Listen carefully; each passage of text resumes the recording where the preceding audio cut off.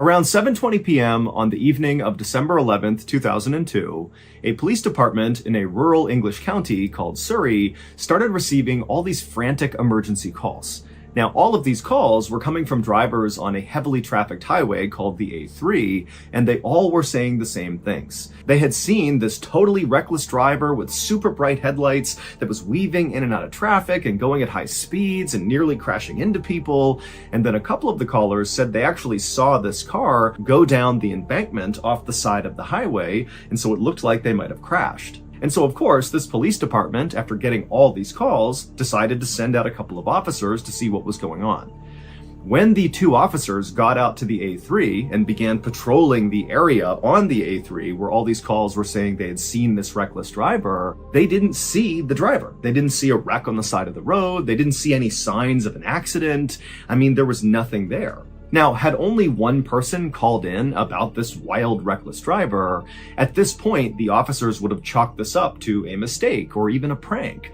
But so many people called in about this one particular reckless driver on the A3 that these two officers decided to just keep on looking and really see if they can figure out where this driver went. And so to this point, the two police officers had been just driving on the A3 to try to find this driver. And so they decided they would park their vehicle, get out, and walk on foot on the edge of the highway because there were these huge forests that lined either side of the A3. In fact, Surrey, the county in England where this was one of the most heavily forested areas in all of England. And so these forests on either side of the A3 were very dense. You could not see very far into them. And so these officers were thinking that it might be possible that this driver, if they were driving as recklessly as all the callers made it seem like, they could have veered off the highway, gone down the embankment, and then because they were going at such a high speed, they could have crashed their way into one of these forests and basically disappeared from view from the road.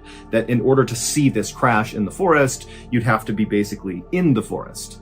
And so these two officers, they pulled over, they got out, and they began walking along the edge of the highway, staring into the forest, looking for a sign of a car wreck. And sure enough, after walking for a while, one of the officers spotted something deep in the woods that looked almost metallic or plastic. Whatever it wasn't supposed to be in the forest. And so the officers made their way into the tree line and began walking through all the trees. And as they got closer, they realized very clearly there was a car. There was a wreck in the forest. And so the two officers, they begin running towards the wreck. They're calling for backup on the radio. They get to this wreck in the middle of the forest, and they're on the driver's side, and they look inside the car, and there's no driver in the driver's seat, but they looked through the car to the passenger side, and they saw the front passenger door was wide open, and on the ground on the other side of the car was very clearly a body. And so the two police officers rushed around the car to get a better look at the body. And when they did, they couldn't believe what they were seeing. It didn't make any sense. Like, what was this? Now, to understand why these police officers were so caught off guard by what they were seeing, we need to go back 5 months to July 16th, 2002.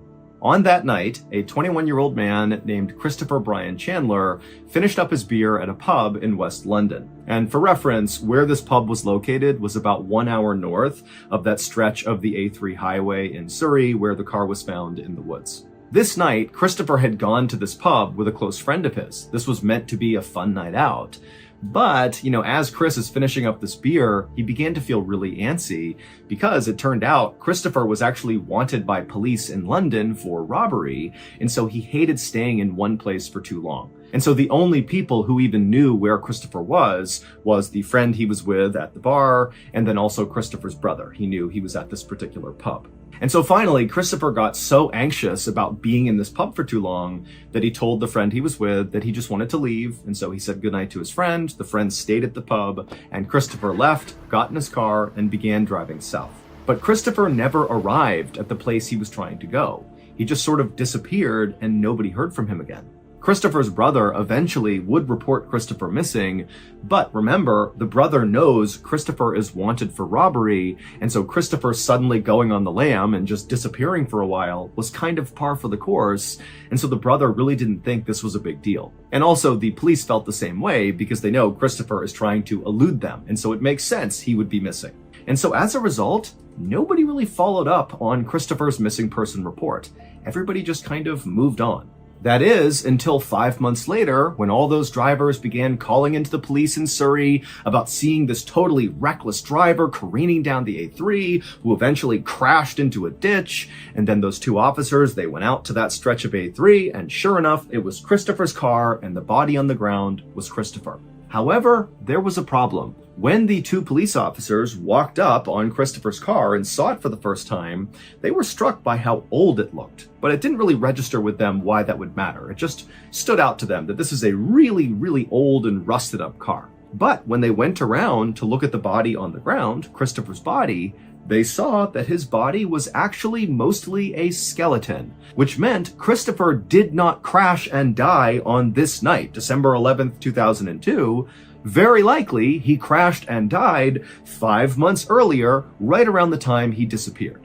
Now, the Surrey police, they say that this was all just one big coincidence, that the reckless driver that all these drivers were reporting that night on the A3 must have not crashed and actually just kind of got away, and then just by coincidence, when the police were searching that area of the A3 for the reckless driver, they happened upon Chris and his car.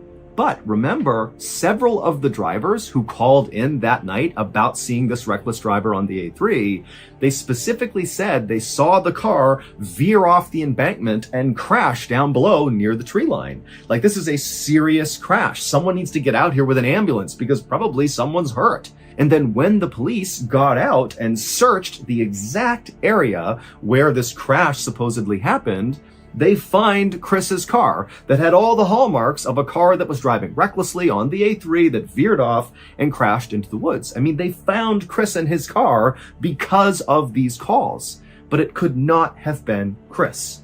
But what other car could it have been? As of today, we do not have a good explanation for how this happened, and so it's been dubbed the A3 ghost crash.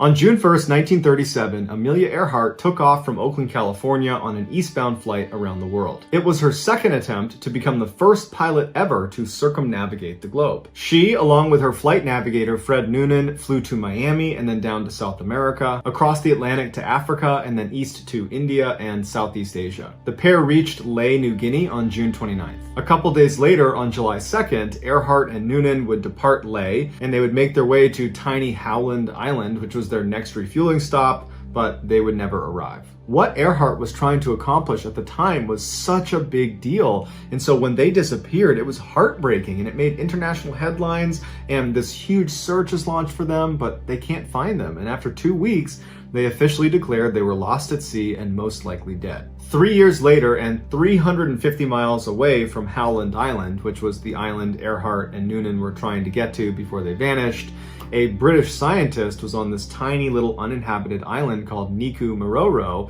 and they made a startling discovery. He found an incomplete skeleton next to what looked like the remains of a campfire, and their skeleton was kind of torn all over the place, like they had been ripped limb from limb. Because of Mrballen's proximity to Howland Island, everybody speculated that this has got to be the body of either Amelia Earhart or Noonan. The bones were sent to 2 doctors in Fiji, and they unfortunately said, no, this isn't Earhart or Noonan, this is somebody else. So those bones were ultimately disposed of because no one could claim them or knew who they were, and everybody just kind of forgot about it until 2017, when a forensic anthropologist decided to manually re-examine the measurements of the bones that were taken off of Mrballen Island and compare them to real measurements of Amelia Earhart. And they discovered that clearly those doctors in Fiji had made a mistake, because the measurements of these bones match Amelia Earhart almost exactly. So researchers go back to Mrballen Island and they go to the area where these bones were found near that campfire, and they look around and they find a couple 1930s era bottles, glass bottles, and one of them is a freckle cream, and Amelia Earhart had lots of freckles and she liked to use freckle cream to cover them up. She was kind of famous for doing that. And so they found that freckle cream on this island near bones that look like they belong to Amelia Earhart. So while some scientists are putting their energy into confirming that yes, those bones were Amelia Earhart. We don't have the bones, but we can show you with the measurements and the freckle cream. And there's another picture that apparently shows the landing gear of her plane off of Mrballen Island. So there's some people that are working on that angle. And there's another group of scientists and researchers that are saying, okay, let's assume that that really was Amelia Earhart. Let's figure out what happened to her once she got to Mrballen Island. And the leading theory is horrifying. Although Mrballen Island is uninhabited by people, it is inhabited by one of the scariest creatures on the planet, the coconut crab. They're 3 feet long, they can carry at least 6 times their body weight, and they use their pincers that are as strong as a lion's jaw to rip open coconuts, which is their main source of food. But coconuts are not the only thing they eat. They'll also eat pigs, they'll eat each other, they'll even eat themselves.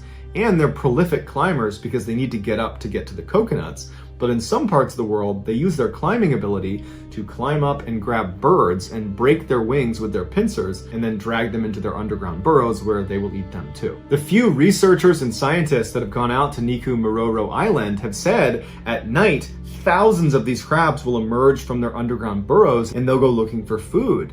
And they have a really keen sense of smell and they can smell blood. So when one of the crabs goes up and grabs a bird and starts ripping it apart, the thousands of others will come charging over and swarm the bird because they've smelled the blood, and they'll rip it to pieces and they'll all try to get in on the action. And so the theory goes, Earhart and Noonan are making their way to Howland Island. They get off track somehow and they wind up crash landing 350 miles away on Mrballen Island on one of the reefs. Noonan probably dies on impact, and Earhart, who's badly wounded and probably bleeding, she gets onto the island and she makes her way up to that area where that campfire was found. And for some amount of time, Earhart is able to survive off of whatever she had on her in those glass bottles, but in her weakened state and bleeding, at some point she probably attracted the coconut crabs who one night came out and swarmed her, ripped her to pieces, and ate her. Today, Mrballen Island is only inhabited by the coconut crabs and it's protected land under the Republic of Kiribati. And so if you want to go, you have to get express permission from the Republic of Kiribati, and they send someone to go with you. And there's no airport on the island, so you have to land on a separate island and then ride to Mrballen on a boat. But you have to pass through Cyclone Alley, which means you can only travel there at certain parts of the year, and even then it's incredibly dangerous.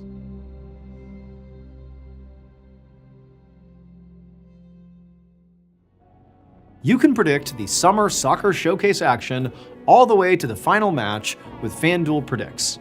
All you have to do is sign up to get your $25 bonus. I downloaded FanDuel Predicts during one of the matches just to try it, and let me tell you something. Every play suddenly mattered way more, and every pass had a little more weight to it. It's all right there on your phone, super easy, and it kind of pulls you into the action in a way that just watching doesn't. Sign up now for your $25 bonus on FanDuel Predicts. Go to fanduel.com/predicts to sign up. That's fanduel.com/predicts to get your $25 bonus. Offered by FanDuel Prediction Markets, LLC, a registered futures commission merchant, 18+. Bonus is non-withdrawable and expires 7 days after receipt. Trading derivatives involves significant risk and may not be suitable for all investors. Manage your activity with their consumer protection tools. Restrictions apply. See terms at fanduel.com/predicts/bonus-offer-terms.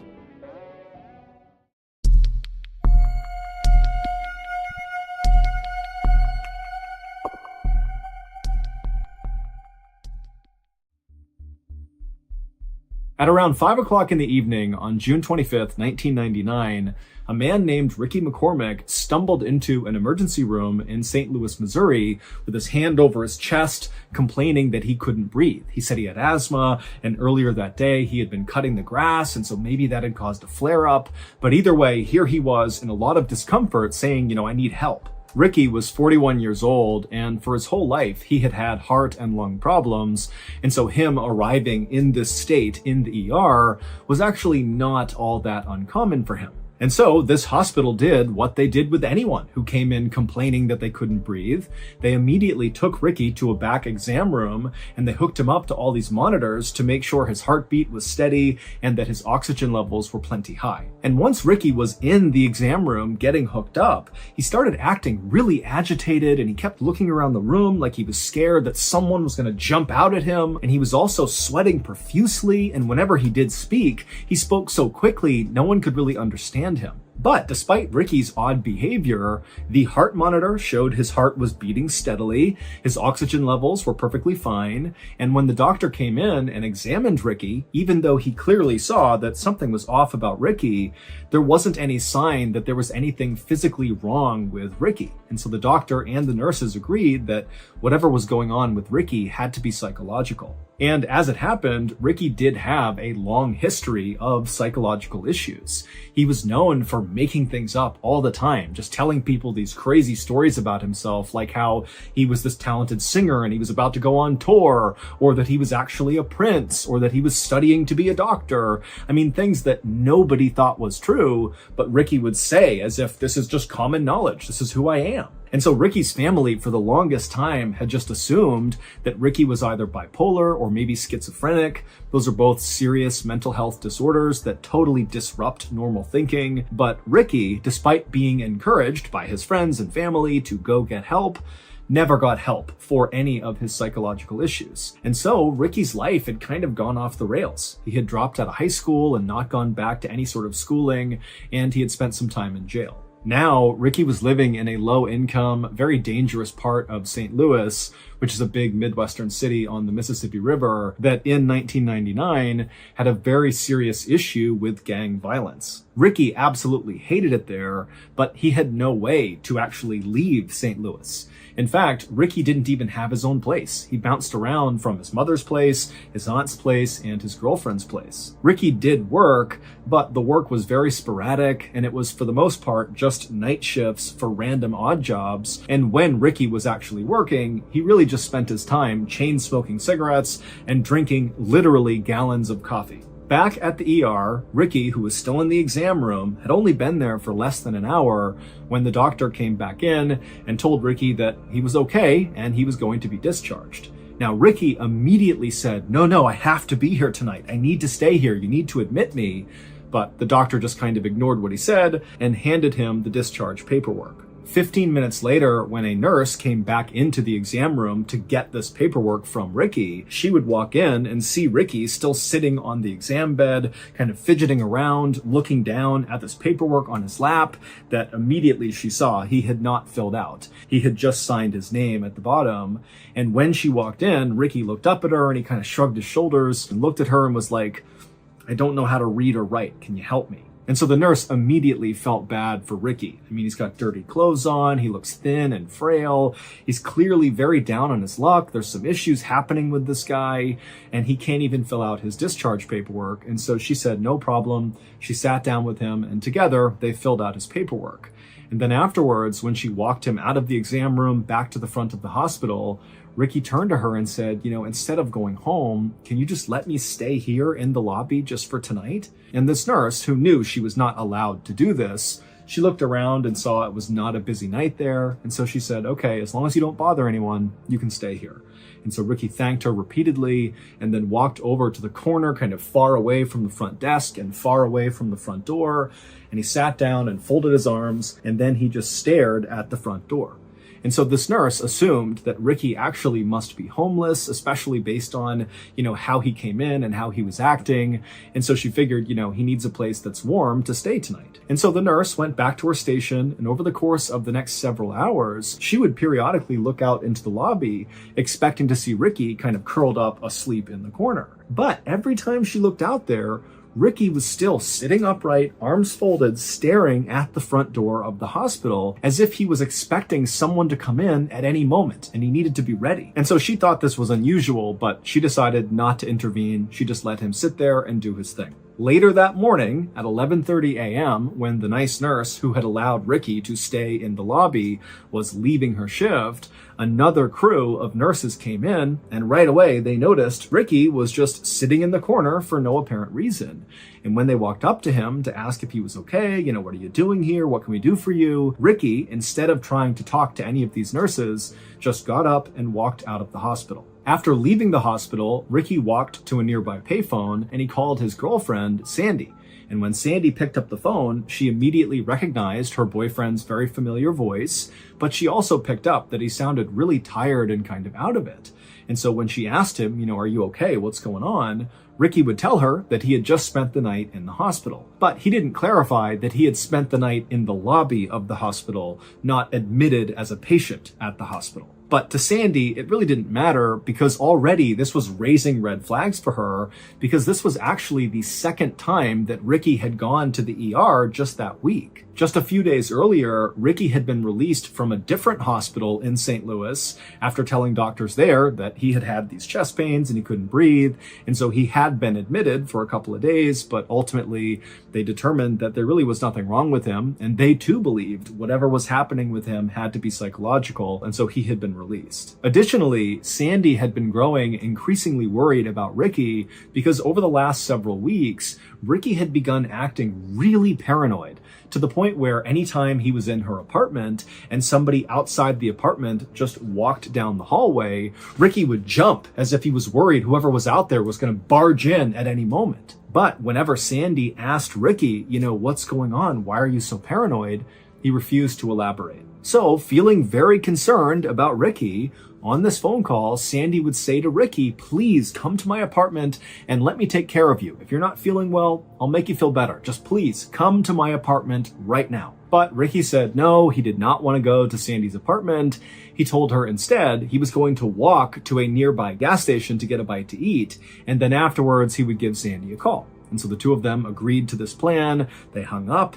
But then Ricky did not call Sandy later. A worker at the gas station where Ricky said he was going would later tell authorities that Ricky did come into the gas station and he got a hot dog on that day, the 26th. And then the next day, this same worker said, yep, we saw Ricky again on the 27th. He came in here, he got a bite to eat, and then he left. But after that, nobody saw Ricky. Not his aunt, not his mom, not his girlfriend. He didn't show up in any other emergency rooms in Missouri. He just disappeared. On June 30th, so 3 days after Ricky was last seen at this gas station, a woman was driving her car 20 miles north of St. Louis on this highway when she looked out into this cornfield that butted up against the highway, and she saw kind of in the middle of it was this dark shape that looked totally out of place. And so she was intrigued enough that she actually pulled over on the road, she got out, and began walking into this cornfield to see what this thing was. And when she got up to this thing and saw what it was, she froze in horror, and then she screamed, turned around, and ran back to her car, and she flew to the nearest gas station, she grabbed a payphone, and she called 911. When the police arrived at this cornfield, they too walked out towards this dark thing, and then finally they saw what this thing was that had scared this woman. It was a dead person who was lying face down. Their body was very badly decomposed. And in fact, their body was just kind of falling apart. Like the fingers of this person's body had just kind of crumpled off of their hands. Now, based on what this person was wearing, they appeared to be male, but there was no way to tell how this person died or really how long they had been dead for. But despite the advanced decomposition, authorities were able to get a good fingerprint, and it would turn out that this body belonged to Ricky McCormick. The day after Ricky's body was found, the police would come out and say they were treating his death as a homicide. This area along this highway in this cornfield was actually a fairly common place for murderers to dump their victims. And it was very unlikely that Ricky had gotten there by himself. He didn't have a car. In fact, he didn't even have a driver's license. There was no public transportation that could have brought him to this spot. And if Ricky had decided to walk to this area for some reason, it was a solid 15 miles from where he lived and worked. Also, Ricky's body was way too decomposed relative to when he had last been seen alive, just 3 days earlier. And so there was a theory that perhaps he was killed somewhere else and then kept indoors in heat, and that had accelerated his decomposition, and that at some point whoever had killed him had moved his body and dumped it in this cornfield. And so on that first day of the homicide investigation, July 1st, the police put 18 detectives, so a ton of detectives, on this case, and they also appealed to the public to come forward if you had any information about what could have happened to Ricky McCormick. But just a day later, on July 2nd, the police came out and made an announcement that, after looking at all the evidence and looking at Ricky's body again, it did not appear, in fact, that he had been murdered, but instead he must have died of natural causes. This is a guy that had lung and heart problems, and so that is likely what killed him. Case closed. And so after this announcement, all of the evidence in Ricky's case was bundled up, put into storage, and people just kind of forgot about it. 6 months later, the Federal Bureau of Investigation, the FBI, got a tip that involved Ricky McCormick. They were working on a case in St. Louis, Missouri about this major drug dealer who apparently was ordering hits on his rivals, and a confidential informant came forward and told the FBI that this guy, Ricky McCormick, had gotten wrapped up with this major drug dealer. But they didn't really know what role Ricky was playing with this drug dealer. It was just kind of a rumor on the street that, Ricky was involved somehow. This did not make any sense to the FBI because they're thinking, why would this big-time drug dealer who really was a mover and shaker in St. Louis get involved with this guy, Ricky McCormick, who was obviously deeply mentally ill and borderline homeless? I mean, what role could Ricky play for this drug dealer? But the FBI still did follow up on this tip because it was very credible. And when they spoke to the local police who had investigated Ricky's death, they got Ricky's file, which meant they got all of the evidence. And immediately the FBI realized the local police had overlooked a very strange piece of evidence found in Ricky's pocket. This strange evidence was quickly sent to FBI headquarters in Quantico, Virginia, and it landed on the desk of a forensic analyst named Dan Olson. Dan was relatively new to the FBI, but he was highly disciplined and very methodical. And so when he received this piece of evidence, he got to work right away trying to figure out what it was, what it meant in relationship to Ricky and this drug dealer, and, maybe does it answer the question of how these people are connected? But despite his best efforts in calling in the experts and using every computer program to analyze this evidence, he just could not figure out what it meant. At the same time that Dan was doing this, the big drug dealer who was the target of that big FBI investigation in St. Louis was arrested on gun and drug charges, and so the big case was now over. And suddenly, trying to figure out what connection Ricky McCormick had to this drug dealer was kind of irrelevant, because the drug dealer was behind bars and Ricky was already dead. And so the FBI kind of put a pause on trying to figure out what this evidence was. And so Dan, even though he was really curious now, he was fully invested in trying to figure out what this thing was, he realized he had to give it up too and move on to something else. And so the strange evidence went back into storage, and once again, everyone just kind of moved on from Ricky McCormick. But Dan never really forgot about this mystifying piece of evidence. It was always in the back of his mind. 22 years later, Dan Olson had now become very senior at the FBI. He was actually in charge of their cryptanalysis and racketeering unit. Basically, he was in charge of the people at the FBI who specialized in code breaking, meaning they were the people that would pull any sort of secret messages embedded inside of evidence. And so at some point after taking over this unit, Dan pulled out of storage this strange piece of evidence connected to Ricky McCormick. And he said, you know what? I just need to know what this means. I have to figure it out. I've never been able to. It's haunted me ever since. And so Dan went public. He went to the media and he asked the world to take a look at this mystifying piece of evidence and come forward if you have any idea what it means. When Ricky was discovered in that cornfield, The local police quickly emptied his pockets, and in his pants pocket were 2 documents that contained an incredibly complex cipher or code. It was basically 30 lines on each piece of paper with different symbols and letters and capital letters. I mean, it looked like total gibberish to the untrained eye. But to people like Dan and his code-breaking team, these symbols and letters could mean there was a secret message hidden inside of these documents if you could break the code system. But of course, no one could ever break that code. So how in the world does a guy like Ricky, who is basically functionally illiterate and can only write his name, he's clearly mentally ill and he's not really in touch with reality all the time, how does a guy like that come to be in possession of these complex ciphers? And if he didn't write these ciphers, because that's possible, maybe somebody else gave them to Ricky, well, why would anyone who came up with this very complex cipher entrust a guy like Ricky to be the one to carry these things around? I mean, presumably, they contain confidential information that's been very carefully hidden inside of the cipher. And so why give it to Ricky? He's such a liability. And also, what happened to Ricky in that cornfield? I mean, we don't even know how he got there. We don't know how he was killed. All we know is that he had these ciphers in his pocket when he was found. And so many people believe, including law enforcement, that the answer to, what happened to Ricky and what was his connection to this drug lord in St. Louis, if any, or, what was he up to, will all be solved if we can just figure out what these 2 ciphers mean. But as of right now, no one has solved the riddle of what these 2 ciphers mean.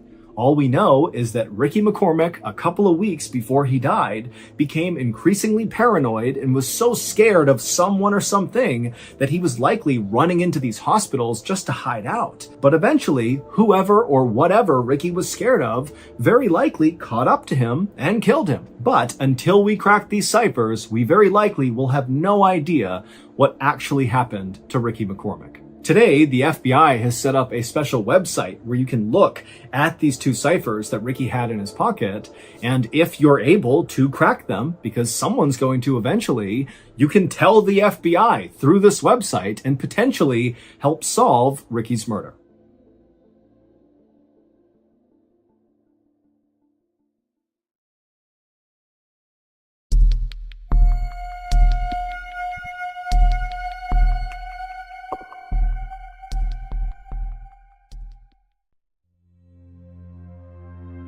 At 5 a.m. on September 30th, 2008, a 61-year-old man named Xian Tie-xiong finished getting dressed inside of the bedroom that he shared with his wife in the city of Beijing, China.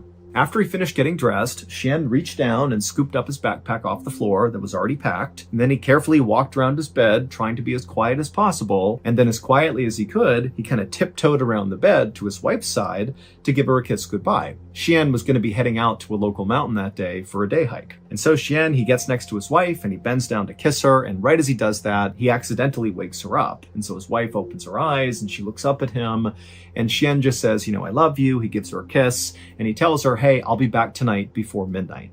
And so his wife, she kind of groggily said, okay, and she grabbed his hand and squeezed it, and she told him that she loved him, and then she fell back asleep, and moments later, Xian had left the bedroom and walked out the front door. Xian's home was only a couple of blocks away from the train station, and since he needed to ride a train and then also a bus to get to this local mountain that was about an hour-and-a-half journey away, the train station was his first stop. And so Xian, as he walked towards the station, he was all smiles. I mean, he was really excited about this day. So Xian was retired, but he had spent his whole life teaching geography at Beijing No. 5 Middle School. And he was a very passionate teacher, but the thing he was most passionate about, that he routinely really pushed on his students, in some ways more than geography, was his love of nature. In fact, Xian loved nature so much that when he was not teaching, he basically spent all of his off time out in nature going for hikes. I mean, that was his thing. And today, Xian was especially excited about his hike because he was hiking one of his favorite trails. It was located on Mount Miaofeng, which is a mountain located 30 miles to the northwest of where Xian lived. And this mountain was quite famous because of all the sacred and ancient temples that kind of dotted the mountain all over the place.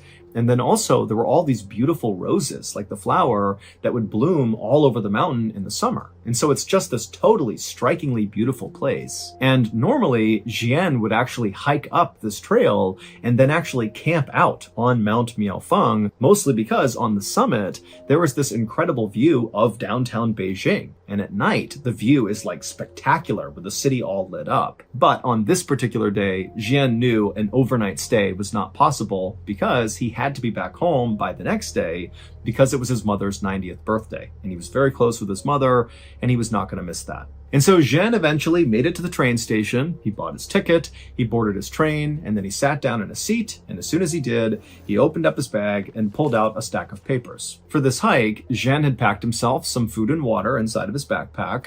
He also packed a newspaper called the Beijing Youth Daily, and he brought along his diary. But his diary was a little bit unique. Jian, because he loved nature so much and didn't like the idea of wasting anything, what he would do when he was a teacher at Beijing No. 5 Middle School, he would just take scrap paper and start writing on that. And he would compile all his scrap paper into these sort of diaries that he would keep. And so the reason he did that was primarily because he was so in love with nature, he hated the idea of wasting anything. And so Jian passed the time on the train by writing in his diary, aka his stack of scrap paper, and also reading this newspaper. And Jian knew he really needed to read the entire newspaper pretty quickly because by the time he got to the mountain, he was going to do what he always did, which is he would bring a newspaper with him on a hike, and as he walked, he would take out a page periodically and tie it to a tree, kind of marking his way.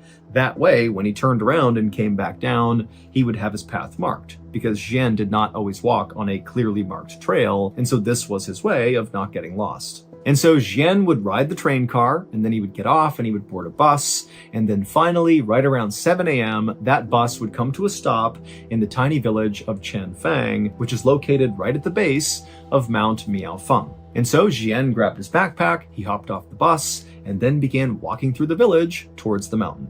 And then by about 7:20 a.m., so not long after Jian had left the bus, he was almost up to Mount Miaofeng when he pulled out his cell phone and he called his cousin. It was a brief conversation, and all Jian really wanted to do was just to make sure his cousin was going to be around the next day for Jian's mother's birthday. And the cousin said he would, and so Jian told him, okay, I'm going hiking today, and I will see you tomorrow. And then he hung up. And then, only a couple minutes later, Jian disappeared into the beautiful forests of Mount Miaofeng. So Jian's wife did not expect to hear from Jian at any point that day because she knew he would have terrible cell phone service up on the mountain. But she did expect her husband to be home on time. He had told her that morning before he left that he would be home that night before midnight. And if you knew Jian, you knew this guy was never late. He said, I'm going to be someplace at a certain time, he would be there. So when 10 p.m. rolled around that night and still Jian was not back yet and he had not called, Jian's wife was actually not worried because she was thinking, okay, well, it's 10. He'll be home in the next couple of hours because he said he'd be here by midnight tonight and he will be here tonight. And so she went to bed expecting to wake up and see Jian in bed with her in the morning. But the next morning when she woke up, Jian was not in bed, so he did not come home, and so his wife immediately was very concerned and began calling Jian's family, and nobody knew where he was. And so that day, the family went to the police, and they reported Jian missing. The local police immediately organized a search for Jian. However, they knew this was going to be a very challenging search.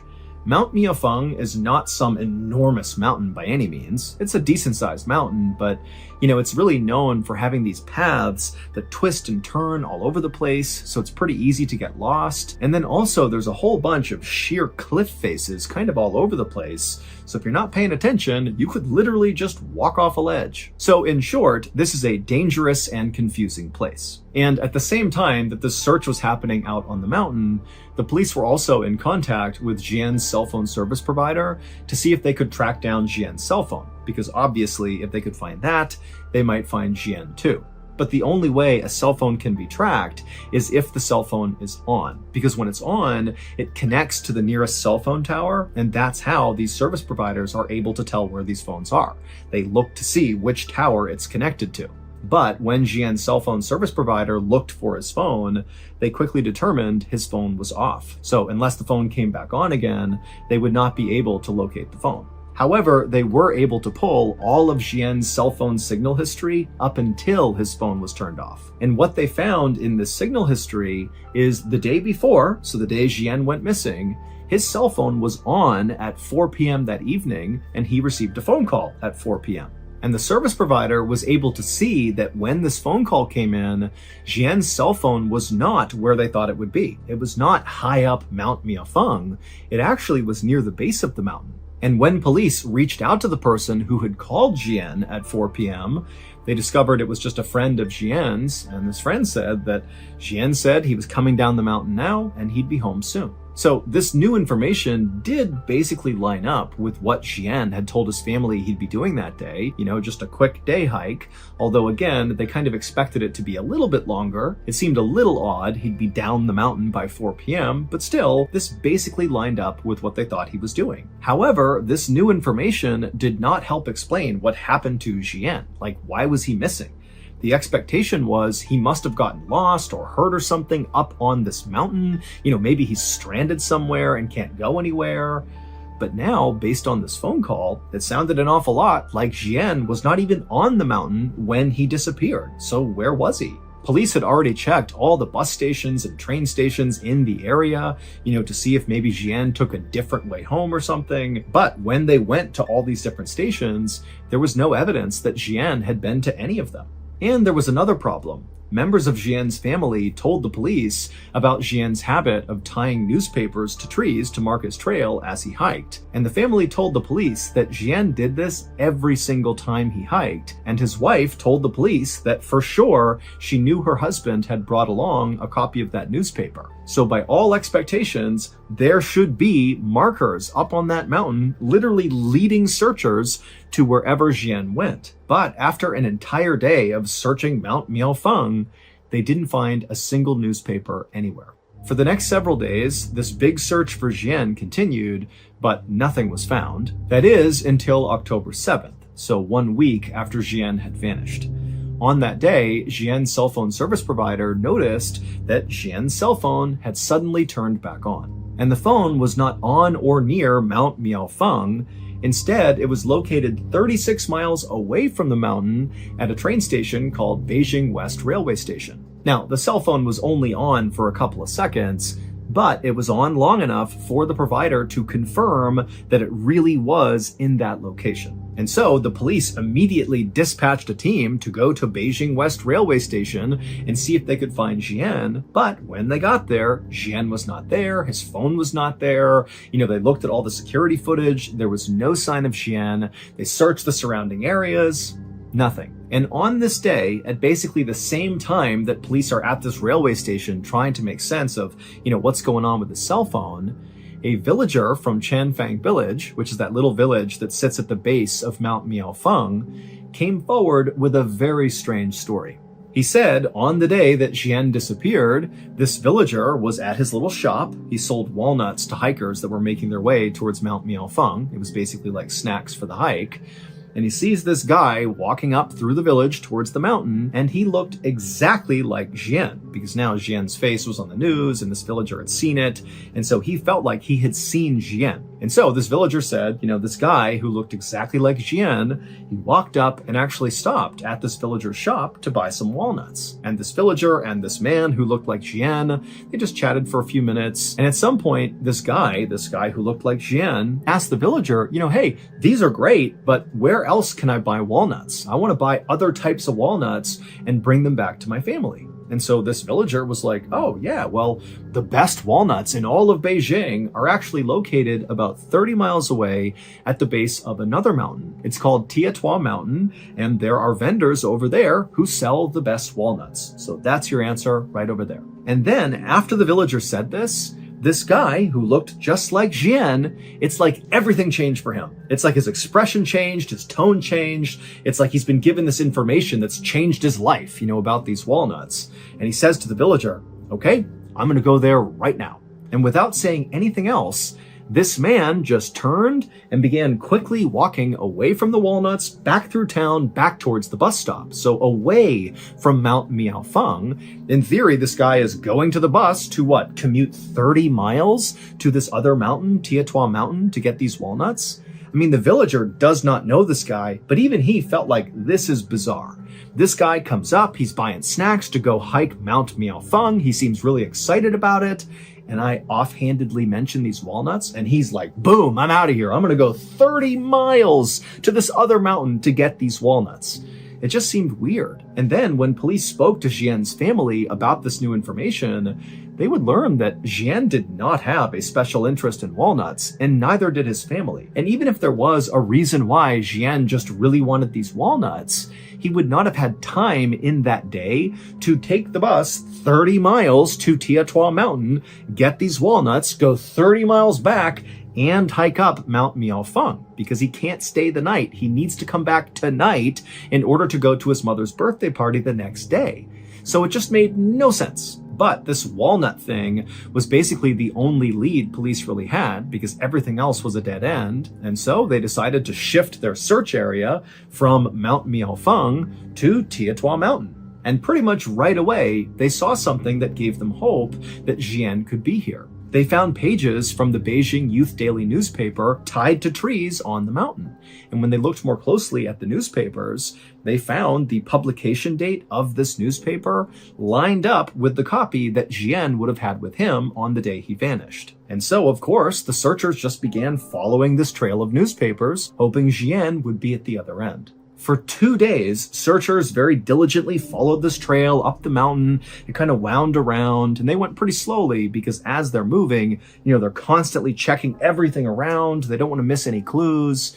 But finally, after 2 days of following this trail, they eventually found something. The newspapers led them to a campsite. Now, the campsite was abandoned, but there was a bed of hay, there was some used water bottles, and some toilet paper. And so just from the looks of it, this campsite looked relatively active, like somebody had been staying here recently for at least a day or two. And so it seemed pretty likely, based on everything else, that this was Jian's campsite. And pretty quickly, after searching the campsite, they found something that virtually guaranteed that this was his campsite. Authorities found this plastic bag that was sitting next to the bed, and inside of the bag was a piece of scrap paper from Beijing No. 5 Middle School. And on this scrap paper was a note. And the note said Jian had indeed hiked up Tiatua Mountain on September 30th.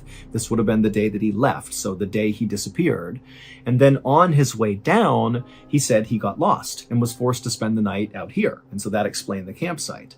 And then on October 1st, so that would have been the day after he spent the night out here, he said he was going to attempt to follow the ridge line down the mountain to a nearby village to safety. And this note ended with the phrase, "Leaving this note here just in case. Love to everyone who passes by." Now, at first glance, this note was like amazing news, because suddenly it seemed totally possible that Jian was just fine. I mean, the way the note was written, it sounded like he was at least healthy and safe, albeit I'm sure he was not happy to be stuck up on a mountain, but, he loved being in nature, and so he seemed okay. And then he had a reasonable plan for how he was going to get out of there, follow the ridgeline, go down to a village, go to safety. But as the police analyzed this note, they noticed that some things were off about it. First of all, this note basically directly contradicts other facts of this case. Remember, cell phone records prove Jian got a phone call at 4 p.m. on the day he went missing from his friend, and his friend would report that Jian told him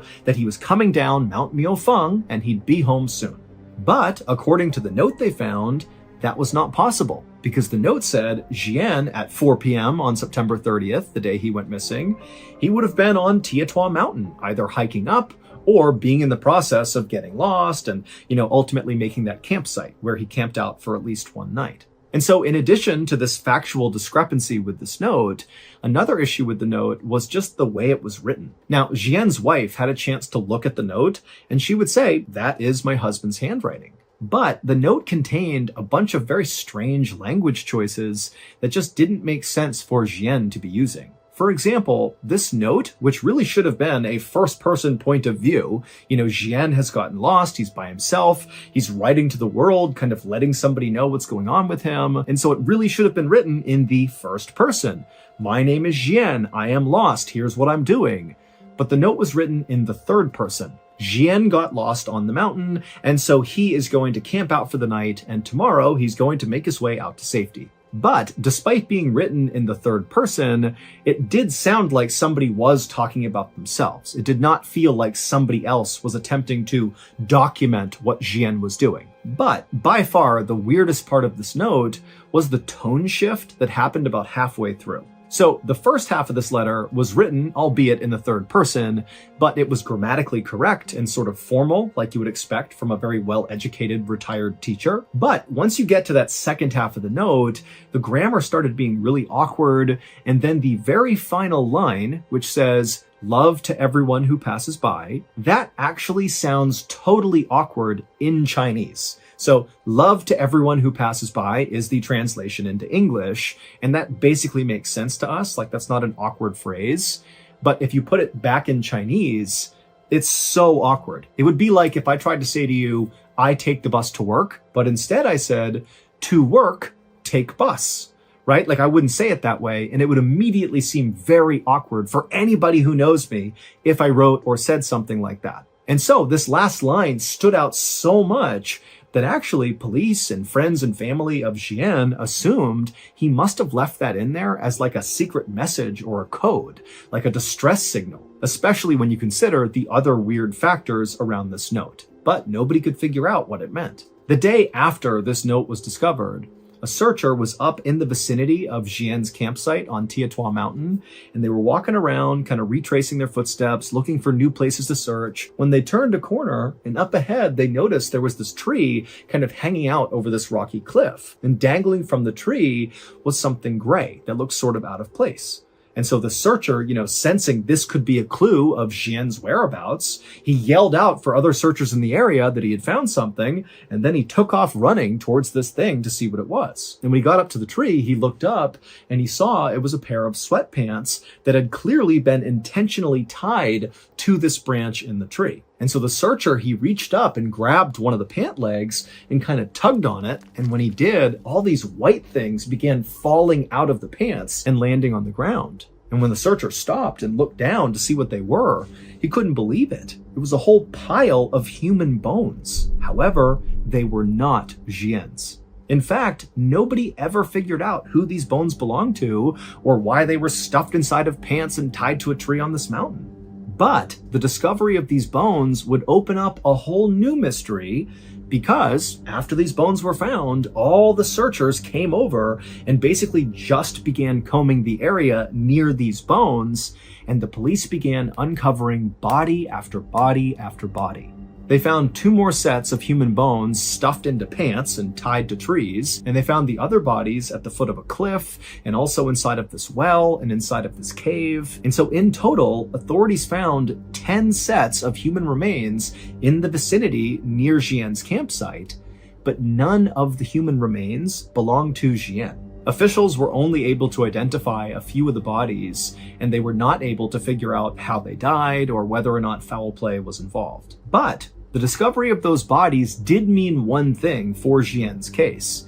It meant, all these people had previously gone up Tietua Mountain before Jian went up and vanished. And when these other people went up the mountain, clearly something horrible happened to them, and we don't know what it is. Is there a killer on the loose? Is there some animal or creature out there that's taken people out? I mean, we don't know. But what started to happen since Jian went missing and his story was all over the news in China is that all these other hikers who've been on Tietua Mountain before have begun sharing their experiences when they hiked up Tietua Mountain, and some of their stories about what they've seen on that mountain are horrifying.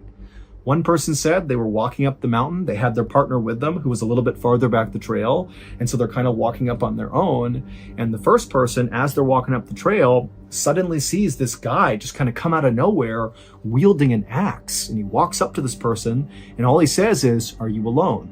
And the hiker's like, "No, my partner's back there, they're coming up here, what's going on?" But the axe man, he basically acted like he didn't even hear their answer, and he just asked it again, "Are you alone?"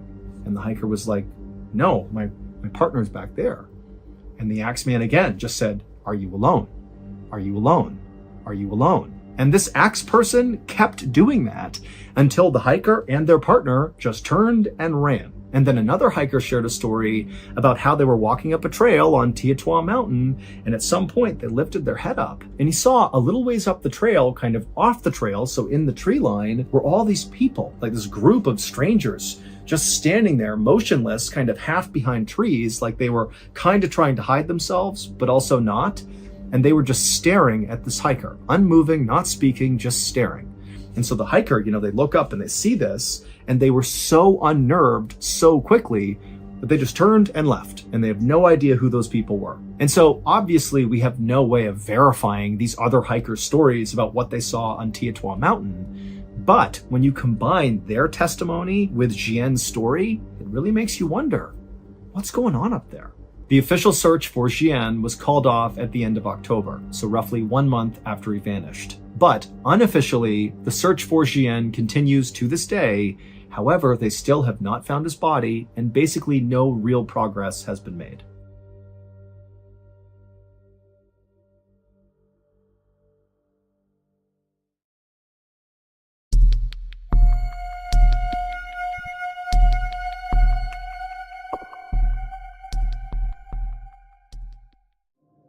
At 12:30 p.m. on March 7th, 2015, a police officer named Tyler Beddoes, along with his partner, were driving in his police cruiser near the Spanish Fork River in Utah when suddenly a police dispatcher came on over the radio. And this dispatcher was speaking very urgently and said, "Hey, a fisherman has just called in to say that he spotted what looks like an upturned SUV partially submerged in the Spanish Fork River right underneath the bridge. And whoever is closest to this bridge, get over there and see if there's anybody inside the vehicle that can be saved." And so Officer Beddoes and his partner, they knew they were very near this bridge. And so immediately they banged a U-turn, they drove to the bridge, but from the road they looked down and couldn't see any SUV. But they saw there were some firefighters and paramedics that were also converging at the spot on the road, and everybody's getting out and running down to the riverbank. And so Beddoes and his partner did the same thing. They got out and they ran down. And then finally, when they got to the riverbank and they saw underneath this bridge, sure enough, there was this red SUV, upturned, partially submerged, and he noticed right away that none of the doors had been opened in this SUV, and so it meant whoever was driving this vehicle when it flipped over very likely was still inside. And so Officer Beddoes and his partner and the other first responders just jumped into this icy cold river and began making their way closer and closer to this upturned SUV, which again, it's not fully submerged. It's like a third of the way underwater. So if you were sitting in the seat inside of this vehicle and you were an adult, your head would basically be in the water if you were still strapped into the seat. And as they're making their way towards this SUV, when they got close enough, they began hearing a woman inside of the vehicle screaming, "Hey, we're in here! Come over here, help!" But when Officer Beddoes and the rest of the first responders actually reached the SUV, the water was so murky and it basically completely covered up the windows that they weren't really able to look into the vehicle. They could just hear this woman yelling, but that was it. And then when they tried to open up the doors, they couldn't do it because the roof had begun to cave in, and so the actual framing of the door wouldn't open. And so all these first responders, it's like their adrenaline's pumping and they're like, "Come on, we got to push this thing up onto its side so we can get in." And so all these first responders are pushing, and slowly but surely they began to raise the side of this vehicle up until the windows suddenly were clear, and Officer Beddoes and the others were able to look into the car, and they saw there was a woman in the driver's seat and there was a baby in a car seat dangling upside down in the back seat, still strapped in. And so Beddoes began screaming, "There's a baby in here, there's a baby in here."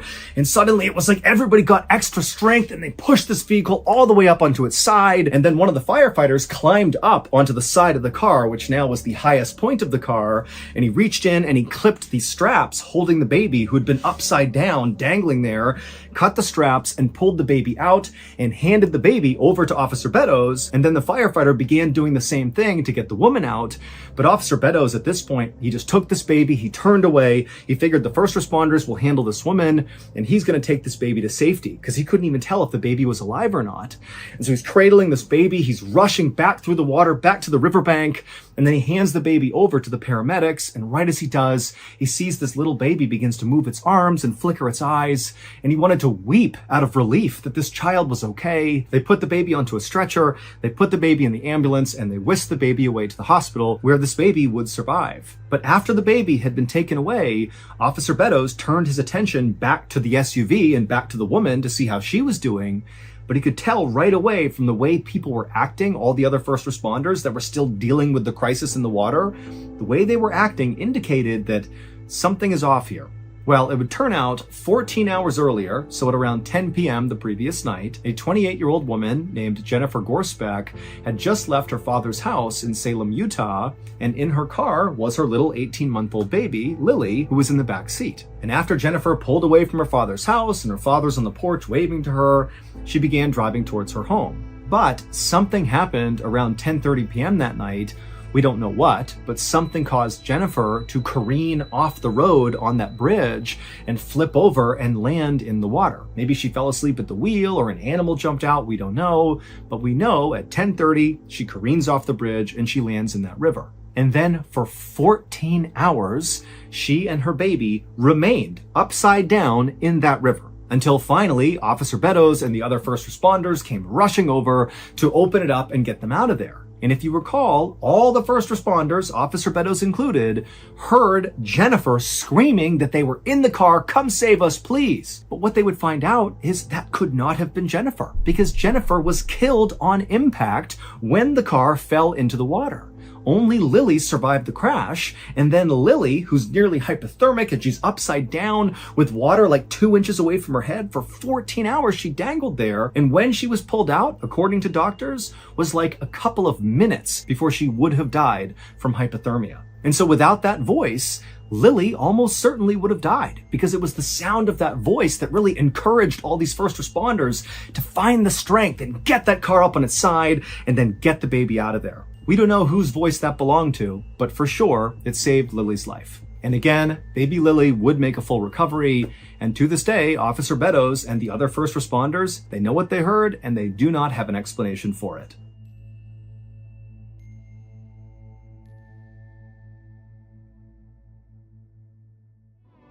Thank you so much for watching. Let me know what you thought of today's episode in the comments. And remember, we have hundreds of videos for you to binge right now. But if you're looking for a recommendation from me of that one video that's worth your time, well, it's this one right here. So give it a watch. All right, until next time, see ya.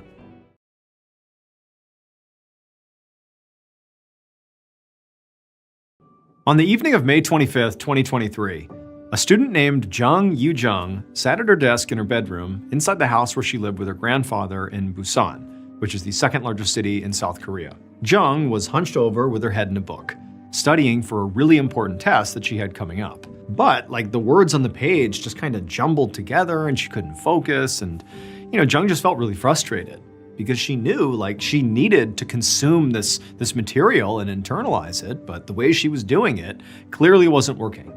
She really needed help. However, Jung had previously tried to find a tutor, to get help, but finding the right tutor had proven to be very challenging. So Jung had recently signed up for this mobile app that was supposed to connect high school students to tutors. And she had reached out to over 50 people, asking them if they could help her prepare for this really major exam in her 9th grade English class. But everyone she had spoken to either was not available or just wasn't a good fit. But on this night, as Jung stared down at her book, desperately trying to parse through the words on the page, she suddenly heard her phone buzz. And so Jung, who was sort of eager for a distraction here, she grabbed her phone and she saw there was a notification from that mobile app, the tutoring app. So Jung, she opened up the app and she read the message and she broke into a smile because the reply was from a potential tutor that she'd contacted earlier that day that she had been, sort of optimistic about. According to this tutor's profile, her name was Chae-eun. She was a 26-year-old college student and she spoke fluent English. And now, in her reply, Chae-eun told Jung that she would be more than happy to help her and was actually available to start as soon as the day after tomorrow. There was just one downside. Chae-eun tutored exclusively out of her own apartment, which was on the far north side of the city. So it would be pretty inconvenient for Jung to just get there. And then also she knew her grandfather would definitely worry about her traveling that far alone. But after having searched for a tutor for so long with no success, Jung just did not want to pass up this opportunity. So she immediately messaged back that she couldn't wait to get started. And then she and Chae-eun set up their first meeting. 2 days later, on the evening of May 27th, Jung walked up to the tutor's apartment complex. It had taken her almost an hour to get here on the bus, and she'd been lugging, this huge bag with her full of her study materials the whole time. She had brought along basically all of her stuff, just in case they actually got to studying today, which realistically Jung didn't know if they would. This is like their first meeting. She didn't really know what to expect. But either way, Jung was glad to be here. This represented progress. So Jung, along with her big old bag, went up to the door with the apartment number that Chaeyeon had given her, and she knocked. A few seconds later, the door swung open, and Jung saw Chaeyeon standing there with a big smile on her face. And she looked exactly like she did in her profile picture on the app. Chaeyeon then introduced herself and shook Jung's hand and welcomed her inside.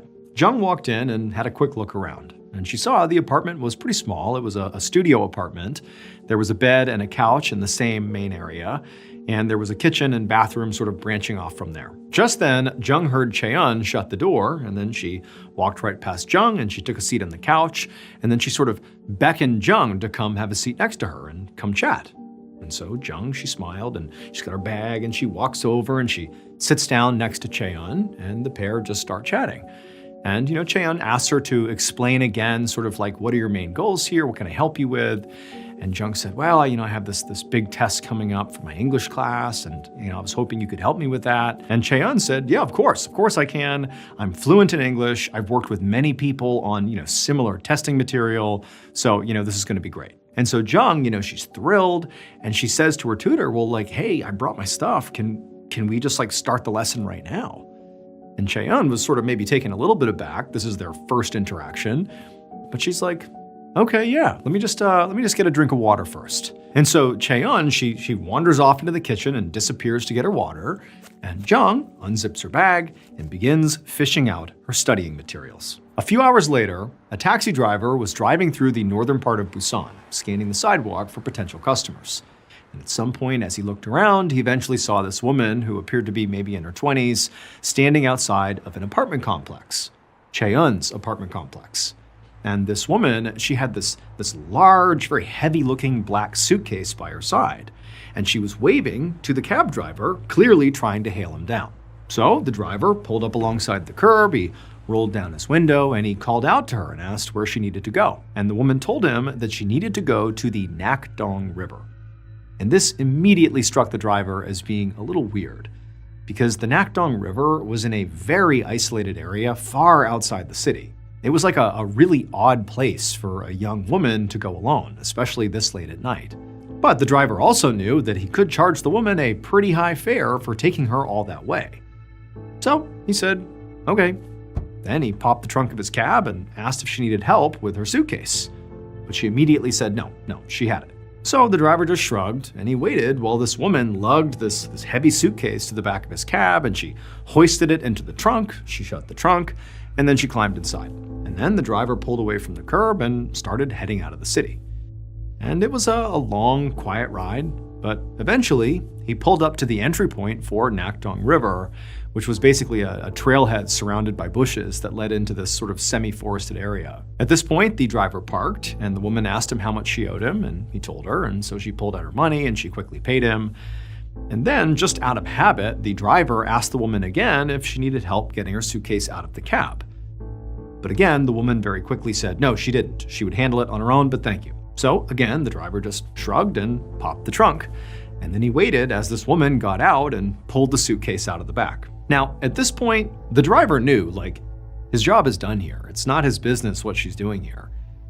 But, it's almost midnight, and he couldn't help but feel sort of concerned about dropping this woman off here, basically in the middle of nowhere so late at night. And he just wanted to make sure that she was okay. So instead of just driving away, he just continued to watch as she walked towards the trailhead. And as he watched her, he noticed that she was really struggling to move her suitcase. It looked like it was so heavy that she could barely drag it through the dirt. And it was at this point that the driver couldn't help but feel like something's off here. This is not typical behavior. Everything about this just feels weird. What's going on? So, because he had this sort of gut feeling that something was off with this lady, instead of just leaving altogether and continuing his night, he just drove a little ways away from where he dropped her off and then stopped. And he turned and he just watched the trailhead to see if the woman would come back out or if anybody else would show up. And so he just continued to watch, and nothing happened for a while. But after about 20 minutes, he saw some movement, and out of the woods comes this woman. And she still has the suitcase, but now it's plainly obvious that the suitcase is empty, or whatever was really heavy inside of the suitcase has been removed, because she's moving the suitcase no problem, whereas before, she could barely get it through the dirt. And the driver, he couldn't help but think, like, what was in that suitcase? Because clearly she has come here to dump it somewhere out in this very isolated part of this area. Like, this just feels really bad. I don't even want to know what she's doing. Somebody needs to investigate this, though. This just feels wrong. And so he turned around, he started driving away, he pulled out his phone, and he called the police. A few minutes later, the woman with the suitcase stood at the trailhead, hoping that another taxi might pass by soon and she could hitch a ride home. And at some point, she saw headlights approaching in the darkness, and for a second, she felt really hopeful, and she waved her hand like, hey, I need a ride. But when the vehicle finally pulled up, she saw that it was not a taxi, it was a police cruiser. And this cruiser came to a stop right next to her, and then an officer stepped out of the car and asked her what she was doing out here so late. And in a very calm voice, the young woman just said she had come out here to drop off some trash because the dumpster at her apartment complex was full. But the officer didn't really seem to be listening to her. He was actually just staring at her big black suitcase. And he actually just asked her, "Can I see what's inside of that?" And this made the woman very nervous. But she also knew that the best thing she could do right now was just continue to stay calm and cooperate. So she nodded and said, "Sure, have a look." And so the officer walked up and he unzipped the suitcase and he flipped it open and he shined his flashlight inside. And it was empty, but it was covered in blood. Like the blood had soaked into the lining all across the inside of the suitcase. But the woman knew this was going to happen. I mean, she knew what was in there and she'd prepared for this. She told the officer that she was simply on her period and the blood he was seeing was nothing more than menstrual blood. But the look on the officer's face made it very clear that he did not believe anything she was saying. And at that moment, the woman's world came crashing down because she knew that despite all the months of studying she had done, she had just failed her test. It would turn out that Jung Yu-jung was not a 9th grade student studying for an English exam. She was actually a 23-year-old woman masquerading as a high schooler. And her very important test was one she had actually created for herself. She wanted to see if she could commit the perfect murder. She had spent months obsessively studying true crime books and documentaries, coming up with what she thought was a foolproof murder plan. And so after coming up with this plan, she posed as a 9th grader and hired a private tutor, Chae-eun. But when she went to Chae-eun's apartment, she wasn't carrying books in a backpack. She was carrying a knife inside of a suitcase. After Jung told Chae-eun that she wanted to start her lesson, Chae-eun got up, she went into the kitchen, she got some water, and when she came back, Jung had gotten out her knife, and she proceeded to stab Chae-eun to death. And then after that, she dismembered Chae-eun's body, put the pieces inside of that suitcase, and then Jung attempted to dispose of the body in the woods by the Nakdong River. But her foolproof plan did not work, because she was ultimately arrested before she even made it home that night. Jung Yu-jung was found guilty of murder and sentenced to life in prison.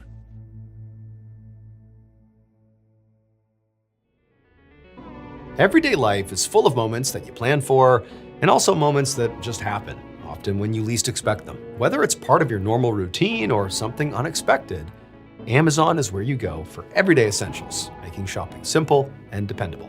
From running out of household basics to last-minute surprises, Amazon's great deals and low prices on everyday essentials make it easier to handle whatever life throws your way.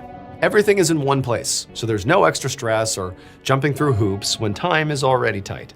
Whether it's something you buy regularly or something you suddenly realize you need right now, Amazon makes it easy to find what you're looking for quickly and at a price that feels good. It's straightforward, dependable shopping that makes everyday moments feel more manageable with less stress, fewer steps, and more confidence that your money is well spent. Shop Amazon and save on essentials. Save the everyday.